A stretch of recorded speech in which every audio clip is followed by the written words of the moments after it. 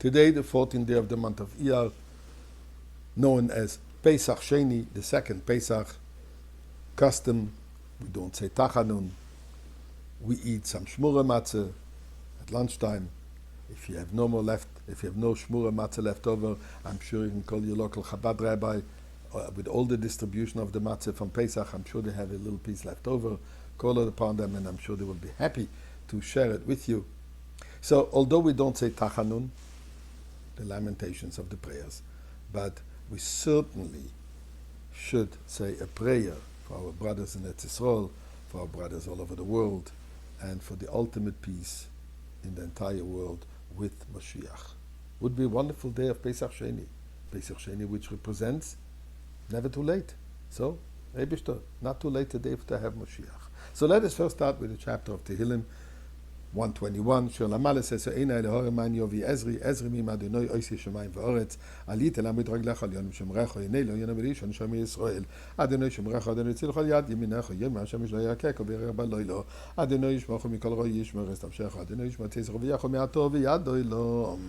Let us also give some tzedakah with all the wonderful results that tzedakah does. Please, Eibishter, make it happen.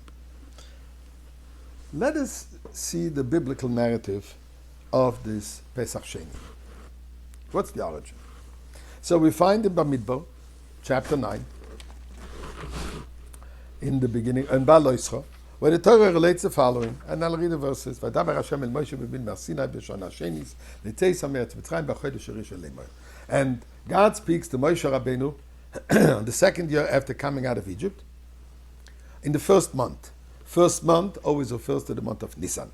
We know the year, according to the monthly cycle, starts with the month of Nisan. The annual cycle starts with the month of Tishrei, the day commemorating the creation of the world. The monthly cycle, the renewal cycle, starts with the month of Nisan, which is the month when we came out of Egypt. The importance of our freedom, and therefore we have the first month of the year, the month of Nisan. What does God tell him? Remember that on this month, on the 14th day of the month, one has to bring the Paschal lamb. And then the Torah says the following in verse 4. Vaydaber Moshe el bnei Yisrael lases haPasach. Indeed, Moshe Rabbeinu tells the Jewish people that they should sacrifice, they should offer the Korban Pesach. Gives the details.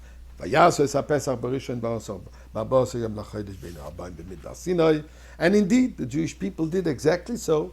On the first month, the 14th day of the month, Nisan, day in the afternoon, in the desert of Sinai, they did exactly as they were told by Moshe Rabbeinu. But then the Torah continues. The following happened. There were those people who they were spiritually unfit. They were tamei. Why? Different opinions. Some say that these were the ones who took care of the bodies of Nadav and Avi, the sons of Aaron that passed away, that we've learned earlier. Others say that those were the people who were busy carrying the casket of Yosef HaTzadik, who asked he should be taken out of Egypt to be buried eventually in Eretz Yisrael. And there were those people who were taking care, carrying the casket. And as we know, when anybody comes in contact with death, the person becomes tamei and is not allowed to participate in the Korban Pesach. So these people came and asked Moshe Rabbeinu. These people, righteous people, these people, in other words, they were righteous people. They weren't just complaining people, instigators of some kind. They sincerely requested and they asked. Indeed, we recognize that we have some kind of a deficiency. We are tamei, and we know we cannot bring a korban. But nevertheless, we are impure. But lama nigora, why should we be left out? Such an important sacrifice, the sacrifice of Korban Pesach, because we are impure. We are doing a mitzvah. The reason we were busy with funerals, it's a mitzvah. So why should we be left out from the opportunity of bringing the Paschal lamb? To be able to bring the offering to God in its proper time amongst the entire Jewish people. Pasuk says, Vayomer alei Moshe. Moshe says, Imdu, wait. Good question. You deserve an answer. And I'm going to ask God. I guess he didn't send an email. He had a me-mail. He had a direct communication with God. Anytime he wanted to ask God, God was responding. And indeed, by Dabar Hashem el Moshe Lemer, God speaks to him and says, tell the Jewish people, Ish ki yetom lo nefesh. Any person who will be impure, will be unfit, because he has been in contact with that body.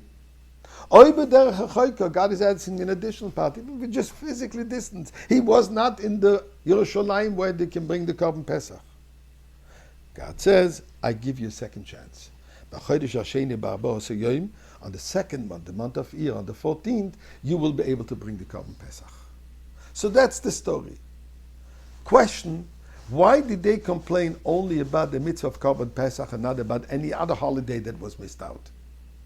So if God forbid tomorrow we'll still be in exile, we'll discuss that.